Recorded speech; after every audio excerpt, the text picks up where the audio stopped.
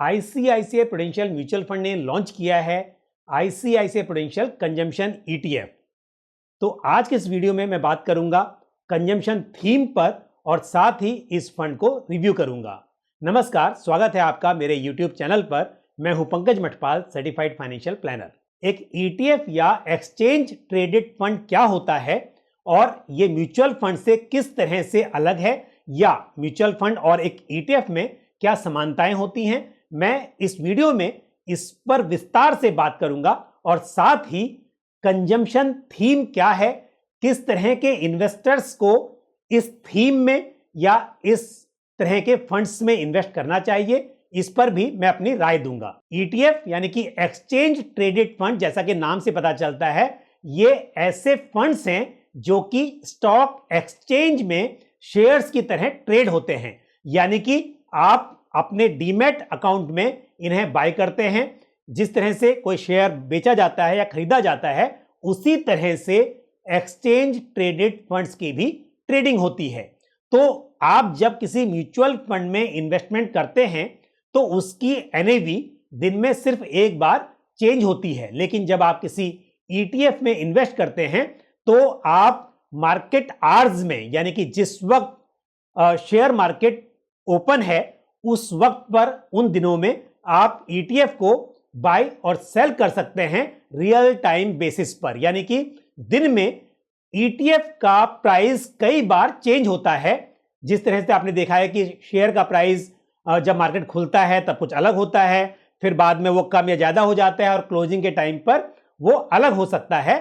इसी तरह से एक एक्सचेंज ट्रेडेड फंड का भी प्राइस दिन में कई बार चेंज हो सकता है। तो आप दिन के किसी भी वक्त पर, जिस वक्त पर मार्केट ओपन है, उस वक्त पर आप अपने हिसाब से, जब आपको लगता है कि ये थोड़े निचले स्तरों पर है, आप उस वक्त पर उसको बाय कर सकते हैं। और जब आपको लगे कि ये दिन के अच्छे स्तरों पर है, उस वक्त आप उसको बेच सकते हैं। तो इस तरह से आप एक ईटीएफ में रियल टाइम बेसिस पर ट्रांजैक्शन कर सकते हैं। ईटीएफ इंडेक्स फंड होते हैं, यानी कि ये किसी इंडेक्स को ट्रैक करते हैं।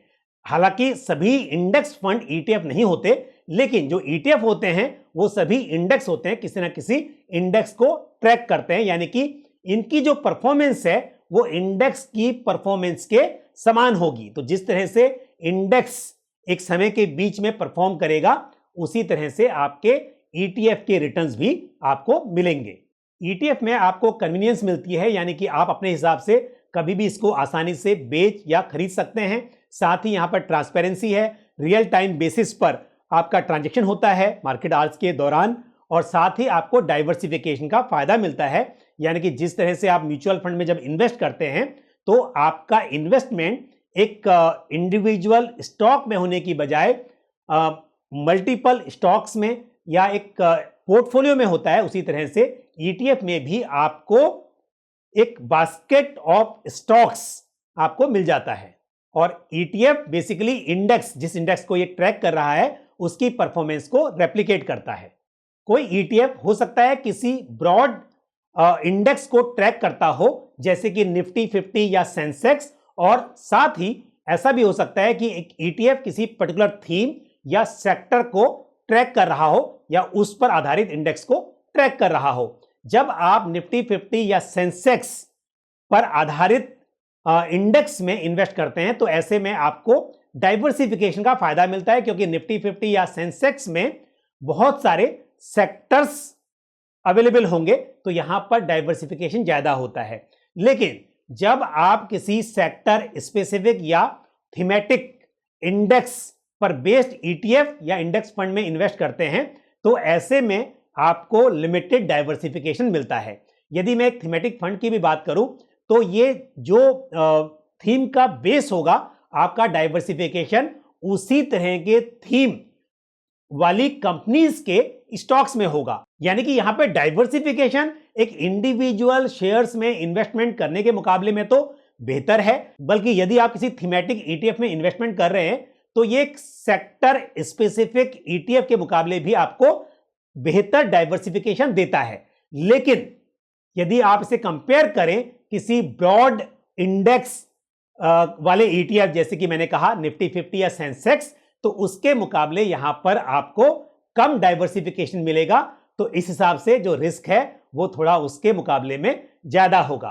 तो अब सवाल ये उठता है कि थीमेटिक ETF में निवेश क्यों करना चाहिए।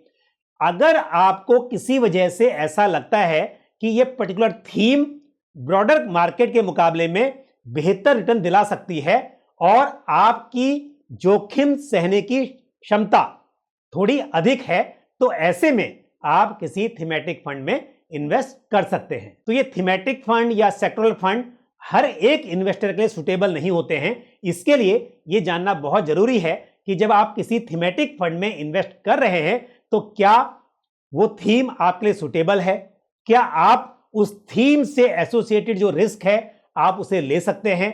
तो थोड़े अधिक रिटर्न्स कमाने के लिए आपको यदि थोड़ा अधिक रिस्क लेना पड़ रहा है तो क्या आप उसके लिए तैयार हैं। अब क्योंकि हम बात कर रहे हैं यहां पर ICICI प्रूडेंशियल कंजम्पशन ETF की, तो कंजम्पशन ETF यानी कि कंजम्पशन जो थीम है ये क्यों प्रॉफिटेबल हो सकती है। इसका कारण यह है कि इंडिया की एक अच्छी खासी पॉपुलेशन जो है वो यंग लोगों की है और इनकम बढ़ रही है, कंजम्पशन बढ़ रहा है, स्पेंडिंग पावर बढ़ रही है, रिटेल पेनिट्रेशन बढ़ रहा है। आप देख सकते हैं कि जिस तरह से आज अधिक से अधिक लोग ऑनलाइन शॉपिंग कर रहे हैं, तो इससे ज्यादा शॉपिंग हो रही है, कंजम्पशन बढ़ रहा है। और साथ ही जैसे पहले दुकान पर जाकर सामान खरीदते थे या उसके लिए पहले लिस्ट बनाते थे, अब क्या होता है कि मॉल में जाके शॉपिंग करते हैं, विंडो शॉपिंग होती है और उससे भी अधिक अब क्योंकि ऑनलाइन शॉपिंग लोग करना पसंद करते हैं, तो ऐसे में कंजम्पशन बढ़ता जा रहा है। और साथ ही एक वजह यह भी है कि अब सिर्फ शहरों तक ही नहीं बल्कि छोटे कस्बों में या गांव तक में भी लोग ऑनलाइन शॉपिंग कर रहे हैं, जिसकी वजह से कंजम्पशन बढ़ता जा रहा है। तो कंजम्पशन बढ़ेगा तो इन्वेस्टर्स का प्रॉफिट बढ़ेगा। और यहां पर हम बात करें तो सुबह उठने से लेकर रात को सोने तक हम बहुत सारी चीजें कंज्यूम करते हैं, चाहे वो टूथब्रश या टूथपेस्ट से लेकर चाय या शक्कर हो या फिर चाहे वो दूसरे आइटम्स हो जैसे कि इलेक्ट्रॉनिक आइटम या मेडिसिन या कोई भी चीजें हो सकती हैं जिनका हम कंजम्पशन करते हैं। कंजम्पशन थीम बेसिकली FMCG के मुकाबले में थोड़ी सी ब्रॉडर है। जब हम बात करते हैं FMCG की तो हम basically fast moving consumer goods की बात करते हैं, लेकिन जब बात होती है कंजम्पशन की तो यहां पर फास्ट मूविंग कंज्यूमर गुड्स तो हो ही सकता है, उसके अलावा बहुत सारी चीजें जैसे कि टेक्सटाइल है या इलेक्ट्रॉनिक आइटम्स हैं या फिर आपका एंटरटेनमेंट है, इंटरनेट है, टेलीकम्युनिकेशन है, इस तरह के जो कंज्यूमेबल आइटम्स होते हैं, क्योंकि हम इंटरनेट भी कंज्यूम करते हैं या फिर हम जब कोई वीडियो देखते हैं या हम न्यूज़ देखते हैं, हम एंटरटेनमेंट के लिए कोई भी वीडियो या फिल्म देखते हैं, यह सभी कंजम्पशन का पार्ट है। तो यानी कि जो थीम है ये एक डाइवर्सिफाइड इंडेक्स या म्यूचुअल फंड के जैसी ना हो, लेकिन फिर भी अगर हम बात करें इस कंजम्पशन थीम की तो इसमें कई सेक्टर्स आ सकते हैं। तो ICICI prudential consumption ETF Nifty India consumption index को ट्रैक करेगा। तो इसके लिए ये फंड नया है, NFO है, लेकिन जो इंडेक्स है वो एक एग्जिस्टिंग इंडेक्स है और ये उस इंडेक्स को ट्रैक करेगा। तो जब हम किसी NFO की बात करते हैं तो हम अक्सर कहते हैं कि आपको उसके स्टॉक्स या सेक्टर्स की जानकारी नहीं होगी, लेकिन जब हम बात कर रहे हैं एक ETF की जो कि एक एग्जिस्टिंग इंडेक्स को ट्रैक कर रहा है, तो यानी कि उस इंडेक्स में कौन से सेक्टर्स हैं और कौन कौन से स्टॉक्स हैं उसकी जानकारी आपके पास पहले से अवेलेबल होती है। निफ्टी इंडिया कंजम्पशन इंडेक्स में non durable, health care, auto, telecom, entertainment, media, pharmaceutical, hotels, इस तरह के सेक्टर्स हैं। यानी कि जो यूनिवर्स है सेक्टर्स का वो काफी बड़ा है। यदि मैं निफ्टी इंडिया कंजम्पशन इंडेक्स के टॉप 10 स्टॉक्स की बात करूं तो Bajaj auto, Avenue, Supermart, Nestle India, Mahindra and Mahindra, Titan company, Maruti Suzuki, Asian paint, Bharti Airtel, ITC और हिंदुस्तान यूनिलीवर लिमिटेड ये कंपनीज हैं। तो आप देख सकते हैं कि दिग्गज कंपनियां इस इंडेक्स का पार्ट हैं। यदि हम निफ्टी इंडिया कंजम्पशन इंडेक्स की पास्ट परफॉर्मेंस को निफ्टी 50 की पास्ट परफॉर्मेंस के साथ कंपेयर करें तो आप पाएंगे कि 8 में से 4 बार निफ्टी कंजम्पशन इंडेक्स ने बेहतर परफॉर्म किया है। अब सवाल यह उठता है कि क्या हर इन्वेस्टर को एक थीमेटिक फंड में इन्वेस्टमेंट करना चाहिए? तो मेरा उत्तर यह है कि हर इन्वेस्टर को किसी थीमेटिक फंड में इन्वेस्टमेंट करने की जरूरत नहीं होती है, क्योंकि जब आप किसी डाइवर्सिफाइड फंड में इन्वेस्टमेंट करते हैं तब आपका इन्वेस्टमेंट उस थीम से जुड़ी हुई कंपनीज में भी ऑलरेडी होता है। यानी कि अगर मैं बात कर रहा हूं कंजम्पशन इंडेक्स की, तो जब आप किसी डाइवर्सिफाइड इक्विटी फंड में इन्वेस्टमेंट करेंगे तो ये स्टॉक्स जो कि इस थीम में हैं वो पूरे नहीं तो कुछ स्टॉक्स तो आपके पोर्टफोलियो में ऑलरेडी होंगे। अब किन इन्वेस्टर्स को इस तरह की थीम में या कंजम्पशन ईटीएफ में इन्वेस्टमेंट करना चाहिए? ऐसे इन्वेस्टर्स जिन्होंने ऑलरेडी डाइवर्सिफाइड फंड में इन्वेस्टमेंट किया हुआ है और अब वो अपने पोर्टफोलियो में एक पर्टिकुलर थीम में, जिसमें उनका भरोसा है कि ये थीम ब्रॉडर मार्केट के मुकाबले में बेहतर प्रदर्शन करेगी, तो ऐसे इन्वेस्टर्स अपने पोर्टफोलियो का एक छोटा सा हिस्सा इस तरह के थीमेटिक फंड में एलोकेट कर सकते हैं।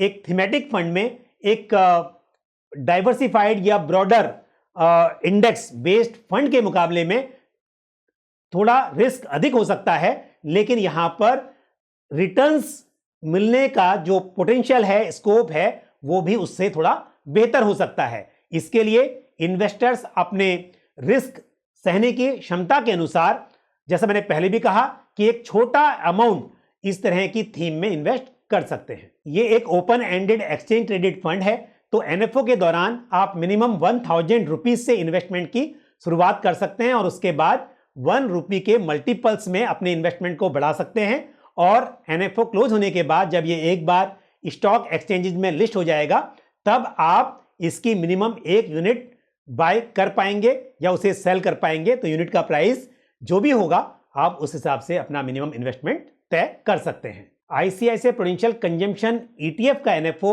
18 अक्टूबर 2021 से लेकर 25 अक्टूबर 2021 तक खुला हुआ है। मेरा पर्पज इस स्कीम को एक्सप्लेन करना है। आप अपने रिस्क सहने की क्षमता और इन्वेस्टमेंट ऑब्जेक्टिव यानी कि निवेश का उद्देश्य, इन सब बातों को ध्यान में रखते हुए आप ये तय करें कि आपको इस स्कीम में क्या इन्वेस्टमेंट करने की जरूरत है और आपको कितना इन्वेस्टमेंट करना चाहिए। लेकिन जैसे मैंने पहले ही कहा कि किसी भी इन्वेस्टर को एक थीमेटिक फंड में अपने पूरे पोर्टफोलियो का एक छोटा हिस्सा ही इन्वेस्ट करना चाहिए। और जहां तक इस थीम का सवाल है तो एक प्रॉमिसिंग थीम लगती है, क्योंकि कंजम्पशन हमारे देश में, बिकॉज पॉपुलेशन बहुत ज्यादा है और कंजम्पशन दिन प्रतिदिन बढ़ता ही रहेगा, उस हिसाब से इस तरह की थीम में या इस तरह के स्टॉक्स में लंबी अवधि में अच्छे रिटर्न्स की उम्मीद की जा सकती है। तो मुझे उम्मीद है ये जानकारी आपको पसंद आई होगी। वीडियो को लाइक करना और शेयर करना ना भूलें, और साथ ही यदि आपका कोई सवाल या सुझाव हो तो आप कमेंट बॉक्स में पोस्ट कर सकते हैं। और यदि आपने हमारा यूट्यूब चैनल अभी तक सब्सक्राइब नहीं किया है तो चैनल को सब्सक्राइब करें और साथ ही बेल आइकन को भी प्रेस करें। इसी तरह की महत्वपूर्ण जानकारी के साथ अगले वीडियो में आपसे फिर मुलाकात होगी। अपना ख्याल रखिए। Thank you. जय हिंद।